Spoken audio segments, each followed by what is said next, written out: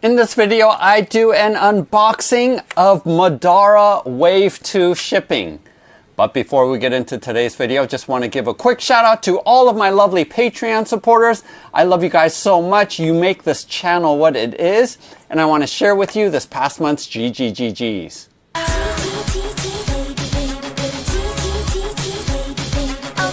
Each month, Bob the Beholder picks some of my Patreon supporters to receive gratitude gifts. And for this past month of July of 2025, Blaster and Chapel White are receiving a pledge for the Depths of Talonreach Kickstarter. Aaron and Stephanie K are receiving the Board Quest Tales of Lyria. Todd C is receiving a pledge for the current Tebaru Sword and Sorcery GameFound campaign. And Musa K is receiving $100 to go towards the Medieval Buildings Kickstarter.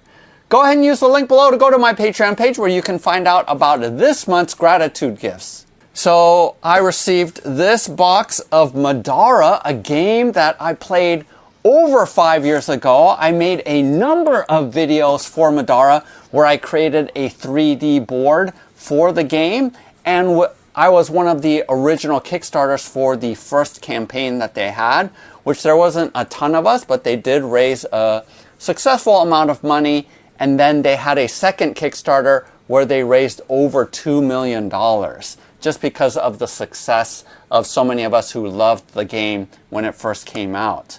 Now, I think that Kickstarter campaign happened in 2019, right before the pandemic. And originally, they were supposed to complete shipping for Acts 2 and 3 by December of 2021. But it is almost 4 years later that they are delivering Wave 2 shipping. Now, I thought for a second that this was going to complete my pledge, and I did go all in as a former backer. So I got all of the new material aside from the original Middara Act 1. So was expecting to receive the Acts 2 and 3, which I think comes in one box. So I thought originally when I saw this that I was receiving the rest of my pledge. Now, I did receive shipment that happened, I can't remember, it was a number of years ago, that included some empty boxes for maybe some of the resin miniatures. I didn't really open that up too much because I was waiting for Acts 2 and 3. Sorry to say that this is not the case. I'm not 100% sure what's in this box, but it is not Acts 2 and 3. That is supposed to ship at the beginning of Q1 of 2026. So I still have a while before I can dive back into Middara and continue the story where we left off as a gaming group. So let's go ahead and unbox this, see what's inside. Now, I was in a 1.5-year campaign where we played through Act 1, and our game group really liked it a lot. It was a really fun and unique story arc, as well as just game dynamics made it such that it was really a fun dungeon crawler. And it did end on a cliffhanger. You just knew that the story was just going to continue. And so I've been looking forward to jumping back in. So I'm a little bit disappointed that it's Acts 2 and 3 are not yet here, but it seems like it's going to come soon.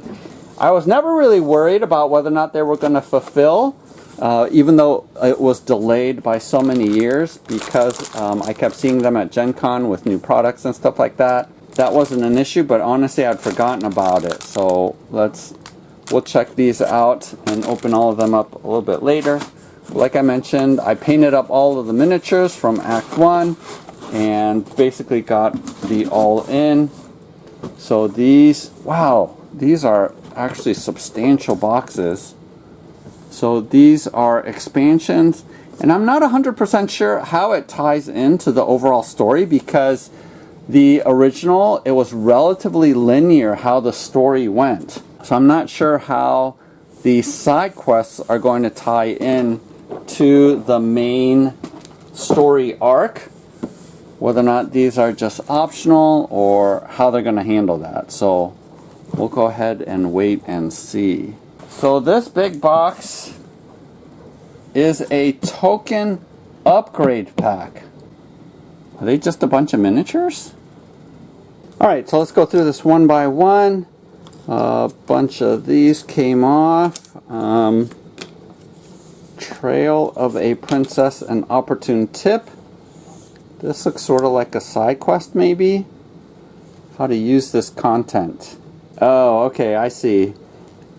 This is a micro adventure, should be inserted into Act 1 after Chapter 2, but before Chapter 4. So I basically am not going to be using this material because we're done with Act 1. I probably won't go back to it. But here's more options. Some enemies, it looks like. And possibly a player character. Items. Let's open this up. Sylvia, the Dark Mother Cultist. So a hero card. Items. Her initiative card. And her miniature. And the quality of this looks better than the original models. The originals were mushy in some of the details, and it looks like the details on these models are actually better, which I'm grateful for. Alright, this is the Pit Boss Bounty Pack expansion. Some hidden cards. It's actually pretty thick. Oh, you know what? I remember when we were playing through Act 1 that there was a number of opportunities where it would open up new bounties that you could go search. And I think in the first game you only had one option as a bounty hunt. So I think they had the intention of being able to squeeze this in. But wow, there's actually a ton here going on. So this is sort of like a side quest where you go after a bounty and a side adventure, and as you leveled up, it would open up new bounties that you could go after. So I'm not 100% sure. Oh, here it is. Look here. You need the base game. Played during any adventure, but they also thematically relegated to specific areas of the world. Yeah, I hope that we're able to play some of these with Acts 2 and 3. I'll sort of be bummed out because I don't really want to play Act 1 all over again. Because again, like I mentioned, it was like a year and a half that we were all playing together.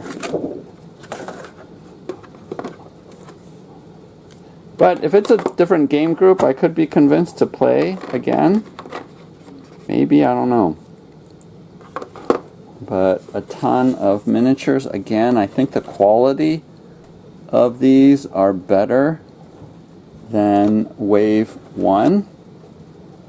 I mean, the details are just a lot more crisp. So I think they changed the way that they produce their miniatures. So these packs are pretty hefty. There's a lot to them.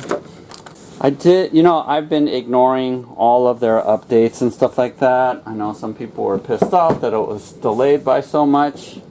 Again, I didn't really stay abreast of what was going on, but I did, before unboxing, take a look at their most recent communication. It looks like they're trying to raise some funds for the tariffs by asking for donations for STL files. Which I think that's a good idea if you want to 3D print, because I think you can actually, with the original Act 1 files, did this fall off? Yes, I think this thing fell off. So I'll have to glue that together. But as I was saying, the STL files, I think it's a good idea for them to sell, because with printers these days, I think you can get higher quality miniatures for Wave 1. Oh, more of these guys. So these look pretty interesting. I don't think I'll be downloading any more STL files, because again, I painted up all of the miniatures from the very first game. Alright, and then the last box, token upgrade pack. I think all of these were flat tokens or standees. provides miniatures for all the story and boss standees in Act 1. So they didn't have miniatures for all of the components, and instead they had standees. So I remember that they had standees for these guys, and I went online at the time and found this file. I 3D printed it and just made a bunch of different colored bases, because the base color determines it's a way to track all the monsters. Obviously mine is way smaller than this miniature, but yeah, because I didn't want to play with standees, I came up with my own option. But here you're providing you with all miniature options instead. So this is a ton of miniatures, but again, because I'm finished with Act 1, I'm not 100% sure what to do with this box.